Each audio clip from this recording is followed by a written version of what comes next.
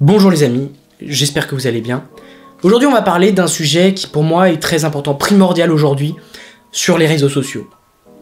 C'est qu'on ne peut plus donner son avis sans être jugé par des gens qui n'ont aucun respect de notre avis personnel. Et ça, je vais y revenir par le prisme de Marvel, parce que évidemment, je parle de Marvel sur ma chaîne, mais on pourrait y revenir sur n'importe quelle passion en général. Dès qu'on donne un avis, que ce soit sur le sport, que ce soit sur le cinéma, que ce soit sur n'importe quoi, il y a toujours quelqu'un qui va venir nous dire que notre avis, c'est de la merde et qu'il vaut rien, ou qu'on a tort, ou machin. Mais je vais vous expliquer exactement pourquoi je pense exactement que ça ressort plus dans les communautés de fans, notamment sur cette chaîne c'est Marvel, mais que ça peut arriver sur Star Wars, sur Harry Potter, etc. Je pense que les gens, aujourd'hui, ils ont une idée que leur avis, il est le meilleur. Et ça, c'est vraiment un problème. C'est-à-dire qu'on peut pas avoir le recul de penser que notre avis personnel n'est pas celui des autres. Que notre avis personnel, on ne s'en satisfait pas, en fait. En tout cas, dans les commentaires que je vois, les gens, généralement, ont peu de nuances. Ils disent « ça c'est bien, ça c'est pas bien, ça t'as raison, ça t'as pas raison. » Mais encore une fois, on a le droit d'avoir un avis contraire. Et c'est ce qui fait la richesse de l'humanité, c'est qu'on n'est évidemment pas tous pareils. C'est ce qui fait qu'on peut échanger, s'élever les uns les autres, mais pour ça, il faut respecter l'avis de chacun. Et c'est ce qui n'est pas le cas. Je vais vous expliquer exactement qu'est-ce qui se passe en ce moment pour moi, notamment, et pourquoi j'ai l'impression que ça soulève un problème. Donc je suis allé voir The Marvels, le dernier film Marvel au cinéma, et j'ai détesté. Pour ainsi dire, j'ai regretté d'être allé voir le film qui pour moi est vide de manière scénaristique, c'est un vide. Évidemment, c'est encore une fois que mon avis. Je ne fais qu'affirmer que mon avis, donc évidemment, respectez mon avis. J'ai pas aimé le film. J'en ai fait un short, voilà, que j'ai sorti, voilà, je l'ai fait assez vite fait, voilà, pour dire que j'étais pas satisfait du tout du film, que c'est pour moi le pire film Marvel, je le maintiens encore aujourd'hui, et je vais vous expliquer peut-être un peu pourquoi, mais c'est pas vraiment le sujet de cette vidéo.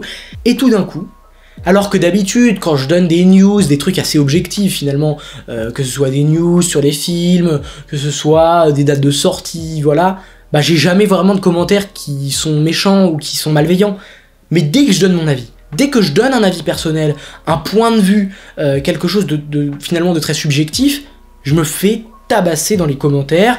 J'ai des trucs parfois même bloqués par les commentaires parce que j'empêche des mots et tout, parce que les gens me haïssent, alors que je ne fais que donner mon avis. Je n'ai tué personne en fait. Et j'ai l'impression que aujourd'hui, si on a une unpopular opinion ou si on a un avis contraire, ça ne peut plus passer. Je pense qu'il y a 3 types en fait de fans. Surtout, on va parler du cinéma, des sagas de cinéma parce que c'est ce qui concerne la chaîne. Par exemple, je pense qu'il y a ceux qui sont fans d'abord de l'œuvre originale. C'est-à-dire ceux qui sont fans des livres Harry Potter et qui les films en fait, ils vont être très nuancés, ils vont préférer les livres, parce que les livres sont bien plus complets, ils vont avoir ce prisme-là de se dire « ouais, c'est quand même un film pas ouf, il y a plein de défauts et tout ». Donc ça, c'est un premier type de fans. Je dirais pas que c'est les fans de la première heure, mais c'est les fans qui, voilà, connaissent à peu près tout et qui, du coup, généralement, ont un avis assez critique envers ce qui se passe dans leur univers, puisqu'ils connaissent tout déjà, et du coup, je dis pas qu'ils sont légitimes, mais ils sont, en fait, en position de critiquer puisqu'ils ont tout vu de leur univers et donc ils peuvent savoir ce qui est mieux de ce qui est moins bien. Je sais pas si vous comprenez. En tout cas, c'est leur point de vue à eux. Ils ont lu les livres, pardon. Ils ont vu les films. Ils ont vu les spin-offs. Ils ont vu les Animaux Fantastiques. Ils ont tout lu autour de l'univers. Ils sont des vrais passionnés, quoi. Et au final, ils arrivent à avoir du recul, puisqu'ils connaissent tout, ils arrivent à avoir du recul sur leur propre passion, ils savent ce qui est moins bien de ce qui est meilleur. Ensuite, je pense réellement qu'il y a un deuxième type, c'est ceux qui aiment juste l'univers cinématographique. C'est-à-dire un fan de Marvel qui a découvert le MCU et qui veut le voir, mais qui s'en fout des comics, par exemple. Ou quelqu'un qui a pas lu les livres de Tolkien et qui regarde Le Seigneur des Anneaux. Voilà, ce genre de personnes-là qui du coup n'auront pas ce recul-là de se dire « ouais, par rapport aux œuvres originales, c'est bien ou c'est pas bien », ils kifferont parce qu'ils se disent « bah ça c'est génial, ça c'est cool et tout », et en fait, les fans de Harry Potter par exemple, que des films, ils seront pas autant critiques que quelqu'un qui a eu vraiment l'aspect complet, voilà, et ils se suffiront de ça. C'est pas négatif ou positif, c'est d'ailleurs plutôt normal, hein. Enfin on a le droit de pas avoir lu les livres ou pas avoir fait machin, mais ce que je veux vous dire c'est que c'est un point de vue différent du reste. Moi je pense qu'aujourd'hui, les gens, la majorité des gens qui vont au cinéma regarder les films Marvel, ils connaissent pas les comics, ils savent pas la richesse de tout ce qui s'est fait depuis 60 ans du côté de l'univers Marvel, depuis les années 60, et du coup, ils diront bah ça c'est cool, ça c'est moins cool, voilà, mais ils jugeront par rapport à ce qui s'est fait dans leur univers. Vous voyez, par exemple, quelqu'un qui va voir un film Marvel et qui connaît tous les comics, il va juger par rapport à ce qu'il a eu dans les comics, en plus de ce qu'il a eu dans les films, et alors que quelqu'un qui connaît juste les films va juger par rapport à ce qu'il a eu dans les films. Et du coup, il y a le troisième type un peu de personnes dont je fais partie moi. Mon cas est un peu bizarre parce que j'ai commencé à regarder les films de Tobey Maguire qui ont été, disons, ma source d'inspiration pour aimer l'univers. Et après, je suis passé aux comics. Et j'ai regardé le MCU bien plus tard, quand j'avais déjà vu tous les trucs, les débuts un peu Stan Lee et tout, l'âge d'or des comics. Eh bien, c'est cette période que je connaissais très très bien.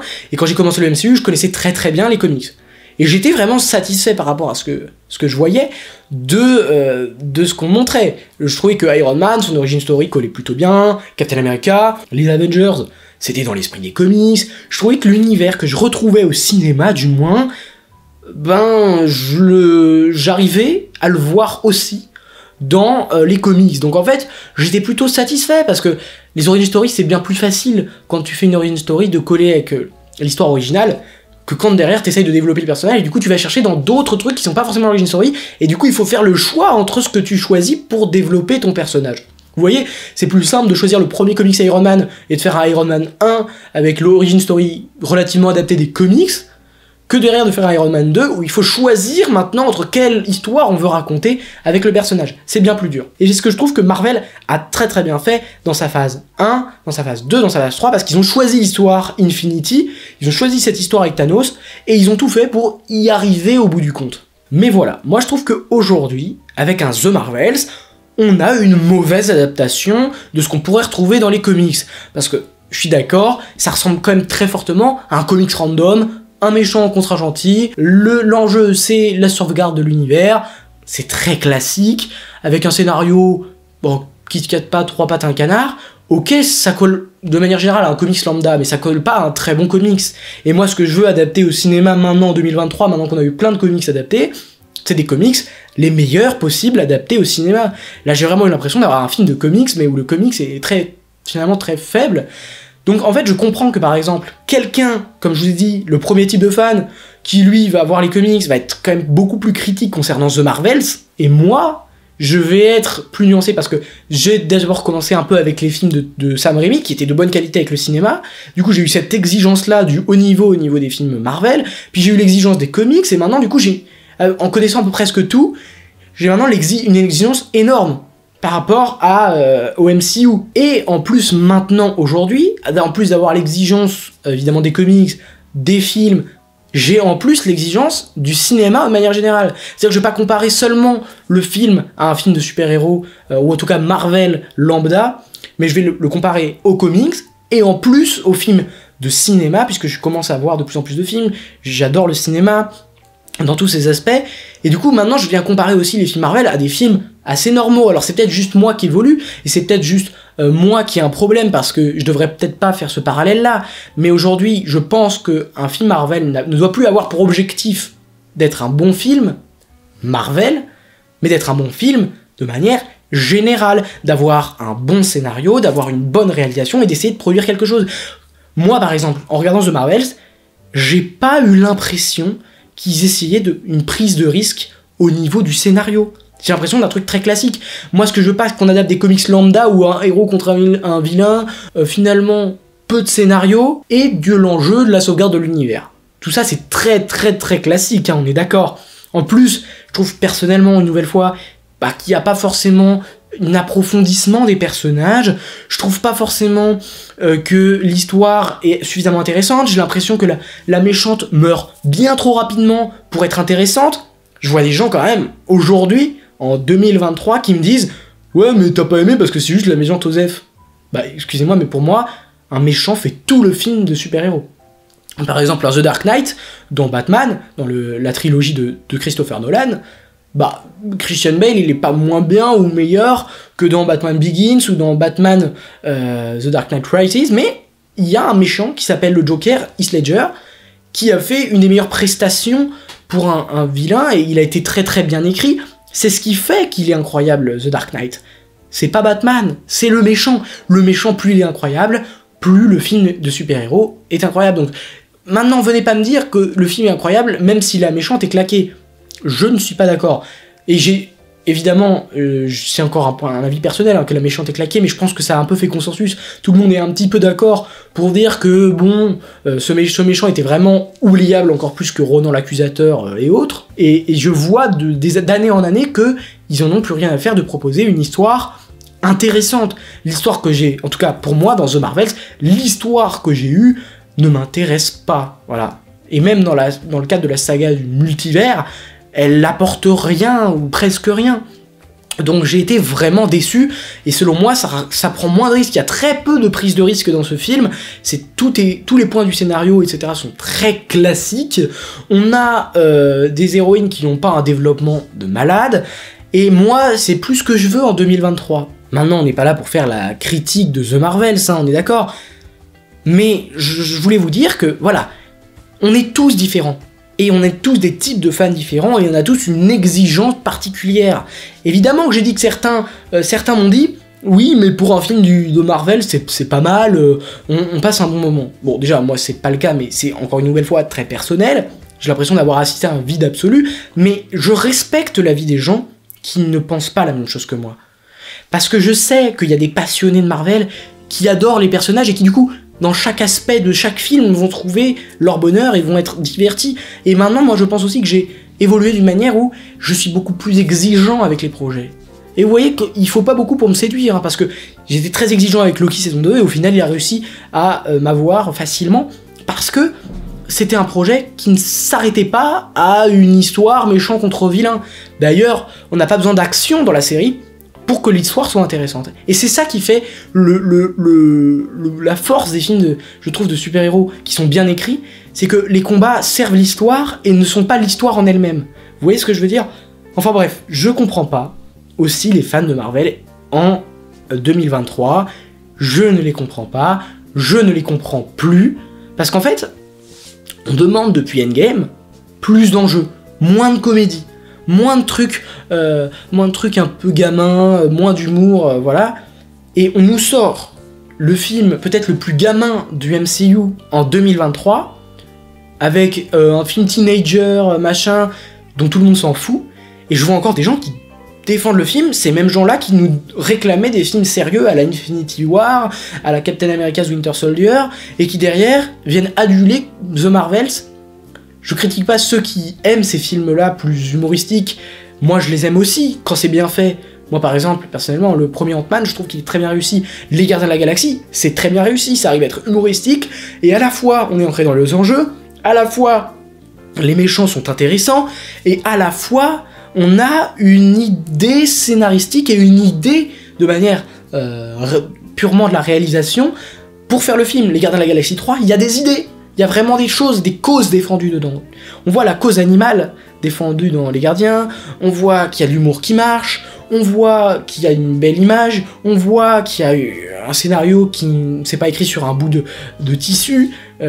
Voilà, si Marvel continue à faire que des productions à la The Marvels, j'arrête le MCU. C'est évident, parce que pour moi, ils ne respectent pas les fans en faisant ce film. Et je suis conscient une nouvelle fois que c'est pas tous les fans, mais c'est mon type de fan à moi, ils ne nous respectent pas, voilà. Mais, une nouvelle fois, on en revient au sujet initial pour un peu clôturer, la question de la vidéo, c'est, les fans de Marvel sont-ils toxiques? Sont-ils en tout cas devenus toxiques? Moi je pense pas que les gens sont toxiques. Je pense que surtout, concernant les fans de Marvel, ils en ont marre des... En fait, faut essayer de faire la distinction aussi, hein, entre les fans de Marvel qui critiquent leur univers parce qu'ils les aiment. Moi c'est ça, je critique l'univers parce que je l'aime et que j'ai envie qu'on ne nous serve pas des projets de cette qualité-là. J'ai critiqué She-Hulk, voilà, je suis là aujourd'hui pour qu'on élève le niveau, qu'au moins en France il y a un espèce de sentiment, même si ça ne changera rien, mais que on demande quelque chose de différent, de plus qualitatif, de plus artistique, de plus recherché, mais même, moi, je demande pas de l'art. Le film de super-héros, c'est pas forcément quelque chose avec des plans énigmatiques et tout. Je demande juste de l'épique, je demande juste des personnages hyper charismatiques, des personnages avec une belle histoire, c'est tout ce que je demande. Et c'est pas ce que je retrouve dans The Marvels, avec des personnages très superficiels, une histoire très superficielle, et du coup, on va jamais dans le fond des choses, et c'est ça qui me dérange en fait. Maintenant, faut bien faire la distinction entre ceux qui pourrissent l'univers Marvel, qui en ont rien à foutre des films Marvel, comme les critiques de cinéma du style écran large, qui en viennent à détester l'univers, et qui n'aiment globalement pas les films, les critiques de cinéma très, voilà, le festival de Cannes et tout, ceux qui détestent l'univers, et qui critiquent dans tous les films. Je suis pas ce type de gars-là. Moi, je suis le type du gars qui veut que l'univers marche. Je suis pas le gars qui veut tailler l'univers. Moi, je veux pas qu'en 2023, quelqu'un se rende au cinéma sans connaître Marvel, voit The Marvel et pense que c'est ça. Parce que moi, je serais triste. Moi, j'avais l'impression, personnellement, d'avoir la mission de dire aux gens que s'il fallait boycotter un film du MCU, si vraiment il fallait en louper un, c'est celui-là. S'il faut ne pas encourager un film MCU, c'est bien celui-là. Parce que c'est dans la même lignée qu'un... En fait, ils ont essayé de continuer dans leur lignée. Pour moi, Thor 4, Ant-Man 3, des films qu'on veut plus, et The Marvels, ils sont dans la même catégorie. C'est des films principalement à but humoristique, où l'enjeu passe souvent au second plan derrière de l'humour, où tout est construit pour avoir un cahier des charges, et du coup, on se retrouve avec un film très vide. En tout cas, c'est encore une fois mon avis. Et bref, je vais arrêter de parler du film. Et je vais parler uniquement des gens. Les gens, on est tous dans le même bateau. On revoit tous les mêmes films et on n'a pas tous le même avis. Et ça, ben, je suis bien conscient de ça. Maintenant, si vous avez pas envie, ou si vous m'aimez pas, ou si vous aimez pas les avis des autres gens, si vous n'aimez que le vôtre, j'en ai vu certains qui ont dit, bah, je vais arrêter de regarder les youtubeurs de Marvel parce qu'ils m'influencent. Tout est subjectif. Et la subjectivité, ça existe, c'est ce qui fait que ce monde est beau. Vous avez compris? Mon message dans cette vidéo, je vais pas la faire durer 3 heures, mais mon message vraiment dans la vidéo, c'est on a tous un avis différent, et on a tous à respecter l'avis des autres. Moi, je n'ai jamais pas respecté l'avis des autres. Évidemment, comme moi, je fais des vidéos, on n'entend que mon avis, et on a l'impression que je vais imposer mon avis, mais non, j'ai jamais imposé mon avis. Moi, je suis très ouvert à ce que les gens disent, et pour moi, pour répondre à la question initiale, maintenant, les fans de Marvel sont-ils toxiques? Ils ne sont pas toxiques. Et je pense qu'ils ont été beaucoup bousillés par ces gens qui ont critiqué l'univers, qui disaient que l'univers était finito, et qui en ont marre de ces gens, parce qu'en fait on le voit que l'univers n'est pas finito, mais que il manque de showrunner, il manque de temps, en fait ils ont une mauvaise stratégie. Mais ça veut pas dire qu'ils feront que des merdes dans les années qui suivent, que des films oubliables. Non, je ne le pense pas. Je pense qu'il leur faut du temps, et surtout, il leur faut des gens qui leur disent quels films ne vont pas, qu'est-ce qui ne va pas dans ces films. Si on continue à les dresser dans le sens du poil, ils continueront à faire des films comme ça. Mon message, c'est pas de vous dire que vous avez tort. Mon message, c'est de vous dire que tout le monde a raison, et on a sa propre vérité, on a sa propre raison. Maintenant, respectons celle des autres. Arrêtez, si c'est vous, le genre de personne, qui allez insulter d'autres gens, parce qu'ils n'ont pas le même avis, que ce soit sur n'importe quel sujet, sur Twitter, sur YouTube, mais essayez d'accepter l'avis des autres, parce que ils ont un avis qui est certes différent du vôtre, mais ça veut pas dire que leur avis c'est nul. Ça, il faut bien le comprendre. Et moi, je sais que dès que je vais parler de moi ce que je pense, je vais avoir des gens comme ça. Et cette vidéo ne va servir à rien en réalité. Mais j'espère que des gens écouteront et des gens changeront avec cette vidéo, parce que je veux pas qu'on arrête de donner son propre avis. Je suis sûr qu'il y a des créateurs qui ont peur de donner leur avis, parce qu'ils ont peur de perdre des abonnés, etc. Moi, j'ai eu une vague de dislikes sur le short, plus que jamais. Mais voilà, encore une fois, je sais à quel point l'avis de chacun compte, et le mien ne compte pas plus que les autres. C'est ça, en fait, qu'on a du mal à se rendre compte sur les réseaux, parce qu'on voit quelqu'un qui est important, qui est bien vu, je dis pas que je suis important ou vu, mais qui a de l'audience, du moins, donner un avis avec lequel on n'est pas en accord. Eh bien, pour moi, les réseaux sociaux, ça sert à ça sert à exprimer son propre opinion, son propre avis, et c'est dommage de se censurer parce qu'on veut pas donner une mauvaise image. Moi, c'est aussi un message pour les créateurs. Parlez, dites ce que vous pensez.